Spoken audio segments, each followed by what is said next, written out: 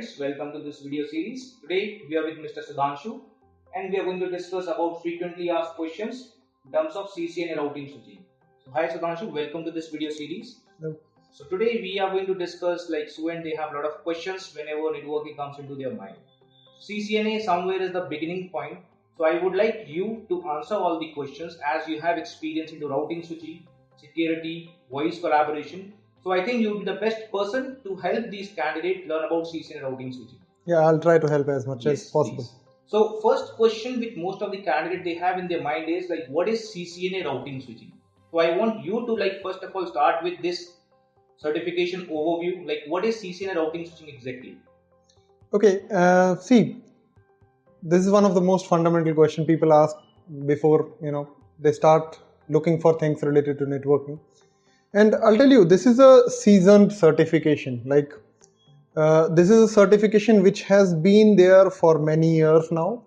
Like I did my CCNA routing switching back in 2010. So it's for me even this has been, and it was even before I started with CCNA. So it was like almost for as far as I can remember 7 to 8 years old at that time, even maybe more than that.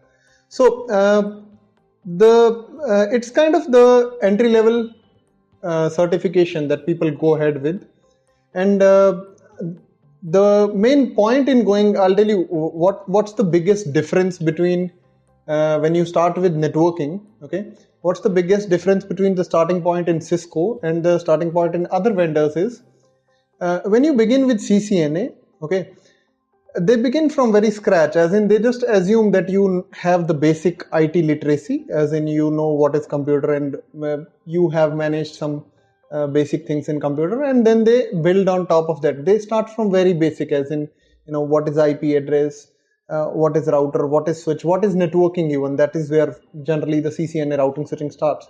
If you compare that to the other vendors, they sometimes in the beginning assume a lot of stuff that these, and then they build on top of that. So CCNA routing switching is kind of the most demanded and most sort of certification that people go ahead with when they want to begin their career into networking. Okay, it's even I'll tell you, people who go for other vendors like Juniper or Checkpoint or Palo Alto, I've seen a lot of them. They're recommending like, okay, if you want to begin your career into networking, start with CCNA. Okay, so it covers networking fundamentals initially. Then there is routing. I'm just discussing the major points because again, obviously the blueprint cannot be discussed here. So networking fundamentals, routing, there's switching, there is some basics of access lists, some security things, the basic management of the network devices of Cisco. Okay, and the beauty about CCNA is about 80% of the course, I'll tell you, it's standard based. As in, like suppose we talk about IP, okay, it's a standard based technology. It's not some Cisco proprietary thing. Okay, so if you go ahead with understanding IP in Cisco CCNA curriculum, you know it for any other curriculum as well. So I would say around 70 to 80% of the content that is covered in CCNA routing switching, it's standard based, means it will be applicable even if you go for some other vendor. Okay, I think that would be sufficient for. So you mean to say, as a beginner, if I want to start my career in networking, so CCNA routing switching would be the first step. Yeah. It will work as a foundation. Yeah. Okay. So, yeah. One thing I'd like to add here is sometimes not in India but in abroad, people are not used to doing hardcore study in detail a lot. So what people do is, and what Cisco has done is, they have divided this CCNA into two parts. Okay, there is Icnd1 and Icnd2. Okay, so it's like think of it as two books. Okay, and two certification exams. If you don't want to jump into single exam, you can go for Icnd1 exam, and then if you go for Icnd2, you become CCNA. So after you complete your Icnd1 certification, you become CCENT. That is, again, you will find that at a lot of places in Cisco website, Cisco Certified Entry Level Network Technician. Okay, so that's kind of like, I would in brief, it's like 1/2 CCNA. Okay, and a lot of people who don't want willingly to, just test how much, what the water like, that kind of thing. They go ahead with CCNT sometimes because the training cost is not that huge in India. A lot of people directly jump into CCNA routing switching. Okay, and it's about there is one more thing involved here. If you look at it from CCENT point of view, you don't get a thorough understanding of a lot of other things which is required. So generally I say, preferably CCNA is what I generally recommend, because you get a wider picture of the network. CCNT makes you generally like a technician kind of person. Okay, and again, if you talk about CCNA, okay, once you complete CCNA, as the name suggests, Cisco Certified Network Associate, I often say to these people that it's the person becomes dangerous for the network as soon as he does his CCNA, because he'll learn a lot of things like how to reload the router, how to shut down the interfaces, how to do this, that. And if he doesn't think about the repercussions, so like what things can happen, what things to think before doing this, they can do a lot of damage to the network. Okay, so generally you can think of it as like, as the Cisco says, it's an associate level certification. So basically you're not on your own, you are into a team. Like what thing you can expect after CCNAs, you are into a team and you work under some experienced person. I would not say under, but like in some person who has a broader vision about the and experience about the whole network, and then you work based on some parts of the requirements. Okay. So coming to the second question, like apart from beginners, those who are very new to beginning, you said they should go for CCNA routing switching. Apart from beginners, who all should do CCNA certification training or CCNA routing switching training? Okay, see, it's like this. I'll tell you. One of my friends, okay, lot of I've seen even people who go into things like ethical hacking, CEH, those kind of certifications, information security. Yeah, information security and other stuff which is not directly related to networking. A lot of times people go ahead, those people also go ahead with CCNA. Okay, because see, if you are even trying to suppose a person is trying to get into penetration testing, okay, they also need a solid knowledge of networking before they can try their and gain their knowledge, okay, about their particular track. Okay, like frankly speaking, if somebody is even interested into CEH, penetration testing, Kali Linux, I would say it's better to go with CCNA first. Then when you go with those training, you will understand far more better. So this will create a strong fundamental required for those. Even I'll tell you, one of my friends, he's totally into software development. Okay, but his company, they develop some softwares for network monitoring. Okay. So even I'll tell you, they were not developing the monitoring tools for Cisco, but his manager, okay, once we had a discussion, his manager had recommended like, go ahead with CCNA so that you understand like what variable you're declaring. So it's like there is huge amount of people, there is a lot of variety there in the people. So if you have got to do anything related to networking, probably you will have to somewhere, you'll hear this name CCNA and you'll have to go with it. So coming to the third question, like we got it, like who should do CCNA training, what is there at the basic level, what are the prerequisites for CCNA routing switching? If as a beginner, someone they want to start career in networking or they want to learn networking, so CCNA routing switching is the first step. What should they know before doing CCNA routing switching training? Okay, see, if you have a basic IT literacy is must, because most of the times you will not find people generally who are looking for training these days who have not used internet or computers. It's rare to find those people, and like the person is interested into networking. You'll most likely have not found anybody who is interested into networking and has never touched computer. Okay, so definitely you need a person who has used computers, you need a person who has used internet, because a lot of things you will not understand, like if you talk about the curriculum and the books and all the training. Okay, apart from that, it would be an added advantage if the person knows the basics of how the internet works, as in, like, a lot of times I've seen people, they go to the web browser and type in google.com, and how the web page came, I'm not saying like in full detail, but how did the web page load? If you know the basic thing, like google.com is a name, it got resolved by a DNS server into an IP address. Doesn't matter whether you don't know what is IP address. Then a request was sent to the IP of Google server to load the web page. Then for this we use HTTP. HTTP is even a protocol. So if you have a fairly basic idea about these things, it gives you far more clearer picture. Apart from that, I would say this thing we generally add here, but it's not part of CCNA actually. If you know binary maths, okay, that's a must, because whether you try to understand IP address, MAC address, somewhere you require basic maths of binary. I'm not saying algebra or trigonometry or anything, just basic binary maths, as in, like, so that you can do conversion from decimal to binary, binary to decimal, and hexadecimal. If you know, here we have added that in the curriculum, but if you look at the big picture, Cisco thinks, okay, you know this. Okay, so it's not officially in the curriculum, but.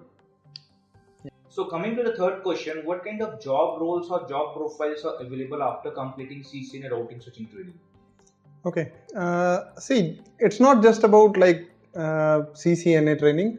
In general, I'll discuss like what kind of opportunities do exist in networking, okay, and what does a network engineer basically do.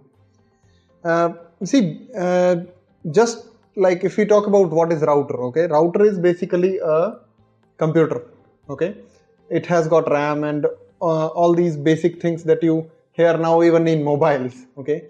So the point is, like, you can think of it as, in layman terms, it's a computer with the basic functions and with basically the dedicated function of doing things related to networking, okay. So basically it's a device which can process things, just like your mobiles have operating system, your computers have operating system. There is an operating system of a router as well, okay.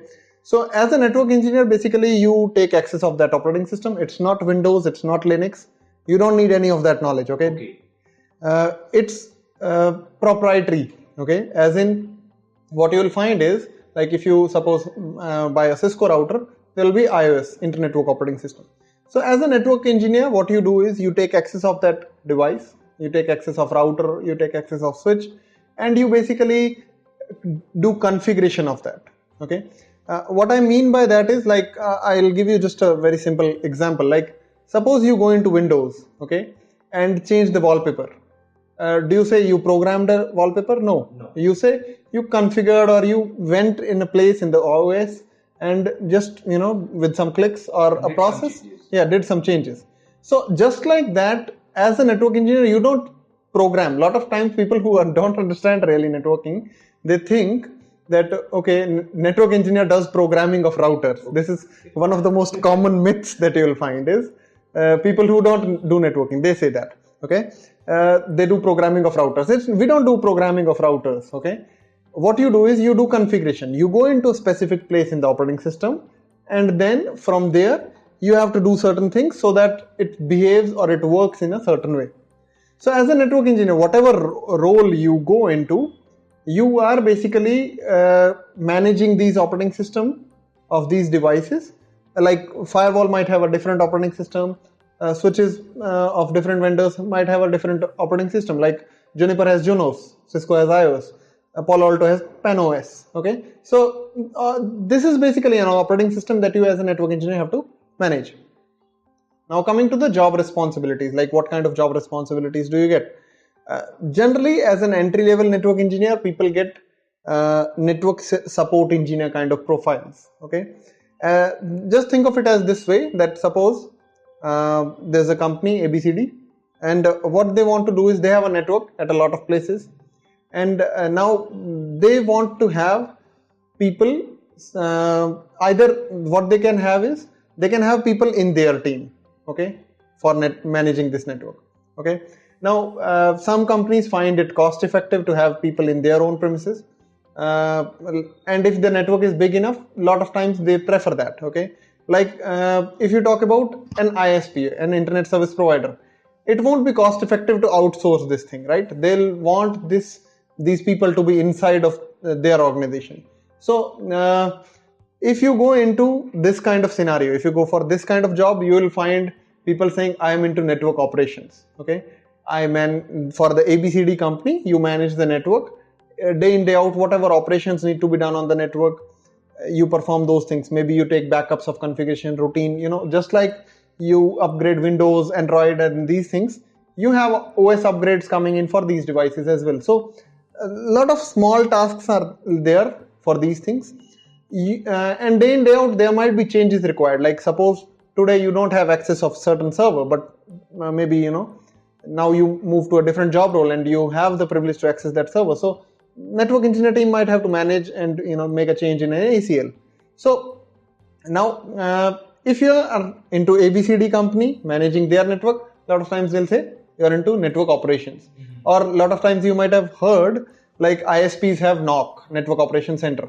In the NOC, Network Operation Center, people who manage the network, who perform the network operations of their ISP, their own company, they say.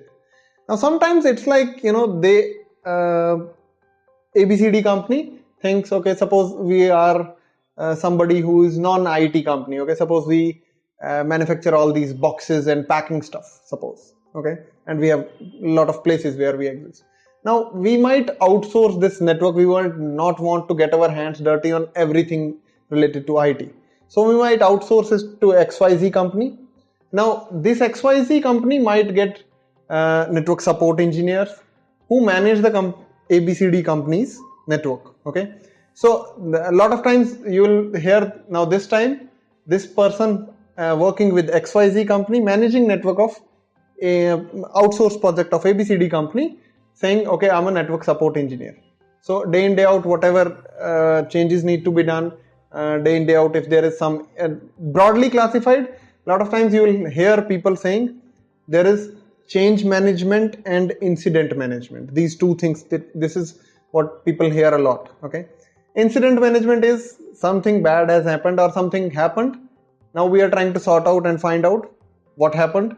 In the network. Yeah, we are trying to find out from the logs and we are trying to ensure that it does not happen. Maybe, at the night, one of your router crashed, reboot it. Now you will check, it's kind of like diagnosing those things, okay. Then there is change management. Incident management is something bad happened and now you are trying to figure out why it happened so that it doesn't happen in future and you make changes in the network. So in some incident happened, incident management, okay. Another is change management, as in nothing bad has happened. Earlier our requirement was something different. Now we have a different requirement. So we want to have some changes in the network. Like the example I was giving you, like maybe earlier you didn't have access of that server. Now I gave you access of that server because maybe you are now privileged to access that, okay. So these kind of things are called change management. When you will see people working for change management, a lot of times I've seen people talking about, and you will hear people saying tickets, I solved tickets, okay. There is ticket this, ticket that. So just think of it as a troubleshooting issue, okay. There's no, bus ticket or rail ticket that you have to do. So these are little. Yeah, there is basically a troubleshooting ticket. Okay, some incident happened or some change needs to be done, and a case was opened for me. I'm trying to solve that case, and now that once that case is closed, my job is over. So the number of incidents I handle, that will depend on, that will basically decide the workload, okay. So these kind of work responsibilities are there. Now there are some advanced work responsibilities which you should not expect at a CCNA person. Like, you're not going to design the network, okay. You're an associate level guy, okay. These are not for CCNA people, okay. You'll not go into pre-sales generally, okay. Maybe as a junior pre-sales engineer, sometimes people go into that, but most of the times you'll find pre-sales engineers having experienced. What is a pre-sales engineer, if you ask? It's like suppose you have a network. Now what you want is like you have a requirement to fulfill, and now you want to buy certain more equipment. Now what will happen here is a technical person, not a sales guy. Okay, Yes. don't think pre-sales is a sales job like where you have to meet target incentives and stuff. Pre-sales is the technical person who is basically suggesting you a product based on understanding your requirements. Like maybe you have these switches, you might say, okay, I need 4 more switches. These things I'm running on my switches, these should be compatible on that. So a technical person, this you cannot be guided by a salesperson. Okay, a salesperson can give you a quotation, but he cannot try to understand each and every technical requirement. So this is where the technical person comes in. They'll suggest you a product, like go ahead with this product. Sometimes customers, they ask for a POC kind of thing, like give me a proof of concept, like whether this thing will work. Then sometimes you give pre-sales people, they help. They help give them the solution to test it out for certain days so that they feel comfortable before ordering it. Okay, so these kind of things are what pre-sales people do. Again, usually you won't find beginner suggesting a product because he's not that much capable at that time. After completing training, if candidate, they have completed the training, they got a job and they want to go for global certification, CCNA routing switching global certification. So what exactly is the process? Okay, so just to give you a brief idea, it's just like booking a movie ticket. Okay, you decide when you feel like, okay, I'm worthy enough to become CCNA, okay, and go ahead with the exam. So it's not like there is no fixed date, the examination date that comes. Okay, so it's like, okay, if you feel like, okay, now I've studied enough, I've done practicals enough with all the devices, now I feel like, okay, I can go ahead and clear the certification. You go to the Pearson VUE website. Okay, there you can select Pearson VUE centers near you. Okay, Pearson VUE conducts examinations on behalf of Cisco. Okay, so you select the exam. You pay the price for movie, you pay the price for the certification exam and decide like date and time. And there are a lot of Pearson VUE centers across the world. So typically in a metro city, I would say you will find 4 to 5 places minimum. So you can choose a place which is nearest to you. That's why I said, it's just like booking a movie ticket. Okay, that's the hard part actually. I'll tell you.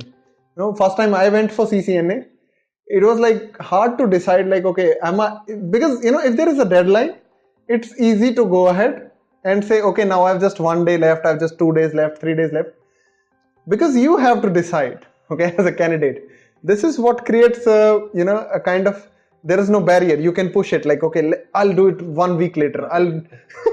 So this is the hard decision to make. So in this process, like it's an online process, or candidate they can visit the center and book the examination at the center as well, or both the options are available? Both the options are available actually. Most people prefer to these days do stuff online, so they book online. You get appointment, you get a time slot. So during the examination, like what kind of questions are asked? Okay, so first there is a non-disclosure agreement. I cannot tell you like what exactly. What type of questions? I'll just give you a general overview, like what kind of questions are asked. Like, okay, first you will get true false questions. Okay, just basic true false. There is a fact written, whether it's a true, false. You select one of the 2 options. Then there are questions which have fill in the blank. Okay, kind of like, okay,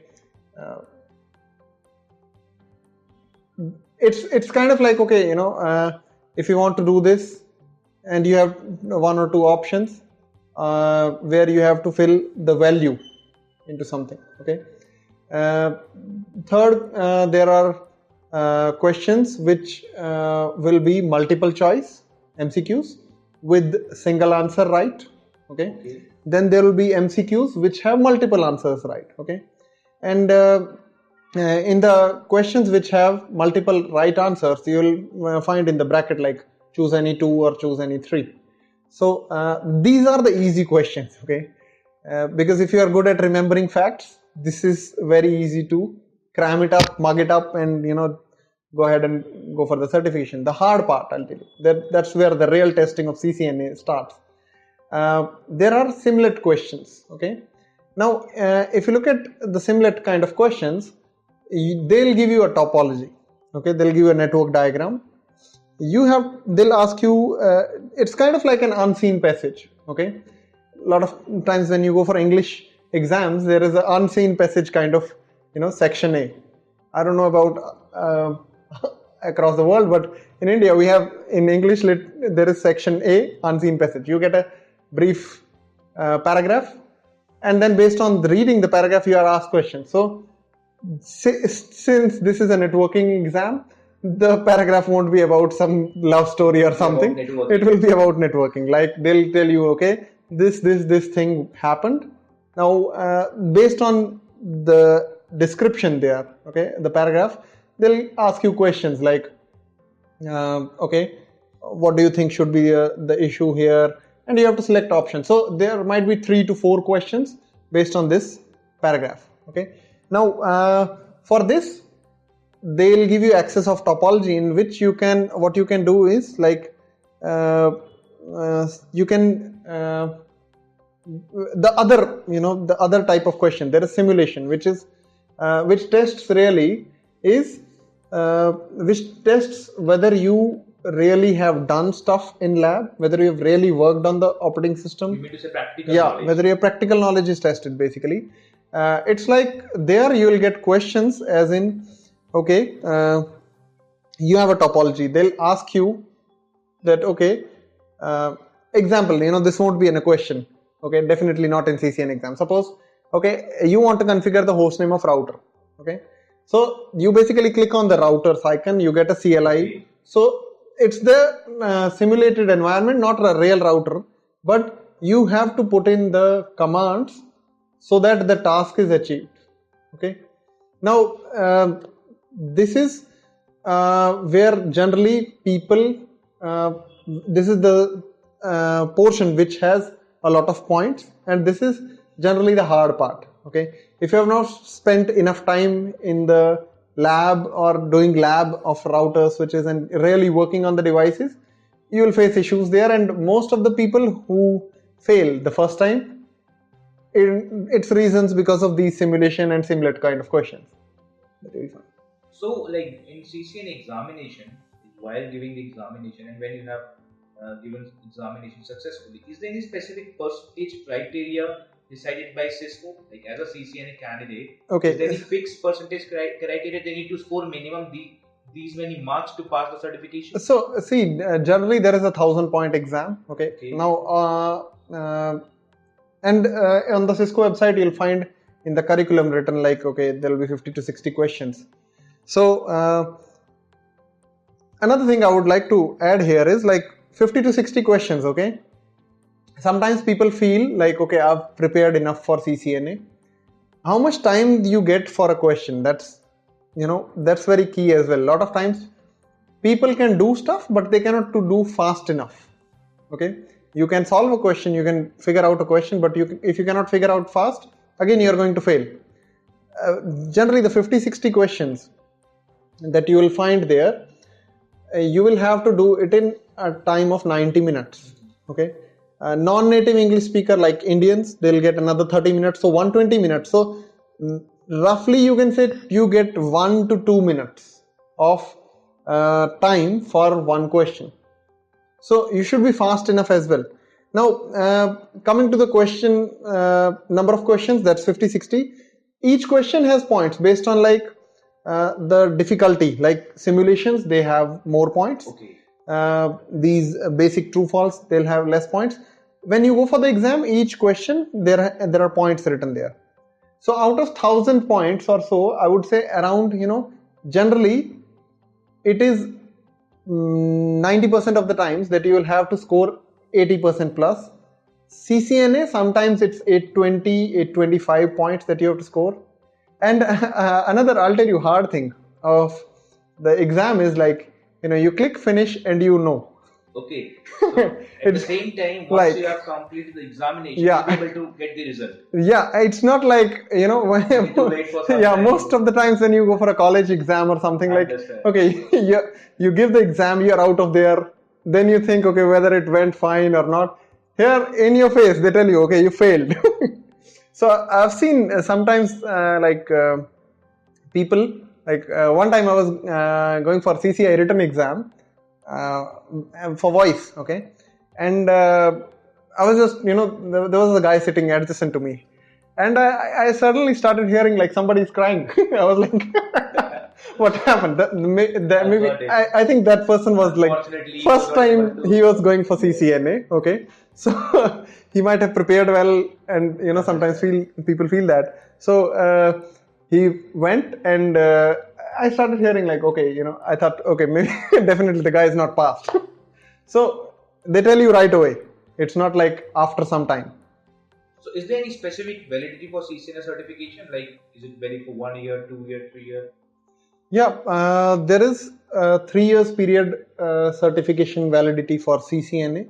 Okay, for even professional level certification, there is 3 years validity. For expert level CCIE, there is 2 years validity. And a lot of times people, I've seen the young students, they have this question, okay, why is there a validity? That was my next question. Why there is a validity? Okay, now I've seen, let me tell you why there is a validity. Technology is changing. Okay, when I did my CCNA, frame relay was there in WAN, okay, in wide area network part. We used to learn frame relay network, there was DLCI and stuff, which was replaced, okay, by MPLS, okay. So since technology is changing, now if at this time somebody goes for CCNA, you won't find frame relay in, okay, maybe here or there 1-2 pages, just some dead bits of it will be there in the book, but you won't find it like as hardcore in depth like we had at that time. So since technology is changing, they want to keep it afresh, okay. Suppose you are a person who did CCNA and now you have forgotten everything, okay, and you are not in touch with the latest things. They don't want you to be remaining certified. That's why generally you will see that in a period of 3 to 4 years, they will keep on renewing even the curriculum. It's not like the curriculum remains same. So coming to my last question, like we discussed a lot about what is CCNA, job profiles, prerequisites, different other things. Why should people go for CCNA certification? Like, what's the importance? What are the career options coming in near future in networking domain? Okay, see, let me put it this way, okay, it's not necessary to do CCNA certification, okay. A lot of times you are not required to do certification, okay. It's like this, once you complete certification, because in order to go for certification, you have to put in some serious efforts. Yes. Okay, because you will be checked, so you put in some serious efforts, and that basically kind of shines away every and polishes everything that you learned, okay. So because of that, a lot of people go for certification just so that they can prove to interviewers, they can prove to the employers that okay, they've really studied it well, okay. That's the reason people go for certification. Apart from that, a lot of times employers have these requirements, as in where they have to maintain a partner level, where they need a CCNA person or a CCNA person or CCI person. Then again, this helps, having a certified person. But not for everyone, okay. I'll tell you like this. Suppose I'm a support company, okay. When do I need certified people? I'll tell you that. I have to get a project from you. Suppose you are a bank or whatever organization you are, you have Cisco devices. Now if I come to you and say, okay, we can handle your project, you'll say, okay, do you have the skilled people or not, right? So I'll have to prove that to you. Yes. Okay. Maybe on the paper. Yeah, I'll have to prove that to you, as in, okay, I have these many people in my team who can handle these things. This is Cisco saying that these people know their stuff. So at that time, definitely when the project is getting on ramp, I'll need to prove my power, fire, as in like I have this many warriors. Okay. Apart from that, if you talk about like, suppose I'm a reseller, okay, and I resell Cisco devices. Cisco doesn't get into every small project. So now what happens is, like, you as a client will be redirected to me. I give you a quotation. I get equipment from Cisco and hand it over to you, or deliver it to your organization. Now during this billing, the Cisco partners, they get a discount. Okay, if they are higher in the partner level, they get a discount. Now in order to become higher level partner, it's not just about meeting sales targets. Okay, Cisco demands you to have certain certified people. This is in their team. You need to have certain certified people. Then you get that discount and you move into higher partner levels. So for that, again, you might need certified people. Now the other examples I'll give you is, suppose now I'm a company who has got your support project already. Okay, we have the contract signed for 5 years now. Now this project is not going anywhere. Okay, one of the guy left job of the team, and I want to get someone from the market. Now for me, it's not necessary to have a certified person at that time. Yes. What is more important is the knowledge of the person. Okay, so I would say as far as Indian market is concerned, you would say 70-80% of the times you will not require certified candidates. Yeah, 70-80% of the times you will require a person who is not having knowledge, who can handle things. So a lot of times when people are looking for jobs, they can sometimes employers overlook this criteria of certification. Okay, but if they have certification, that will give them an advantage. Okay. Yeah, but see, whether you have a certification or not, knowledge is a must. Yes. Okay, right. Because knowledge is what will make the devices work. Okay, so that's pretty much it. Candidates should focus more on knowledge. If required, they can go ahead with the certification. Another way I like to say it is, if employer is asking you to get certified, okay, then it's time to get certified. Okay, suppose you're going into interviews and you feel the heat, like, okay, now I'm being asked for certifications again and again. Yeah, go ahead with certification. Okay, and these certification can be given at any day, particular. Yeah, day. See, just like I told, movie ticket. It's not like after 1 month you can book the examination. If I'm prepared today, you can book for tomorrow. Okay. So thank you, Sudhanshu. It was pleasure meeting you. Thank you for sharing the insights about CCNA certification. We are sure our viewers will be able to learn a lot about CCNA certification by watching this video. Thank you. Thank you for speaking to us.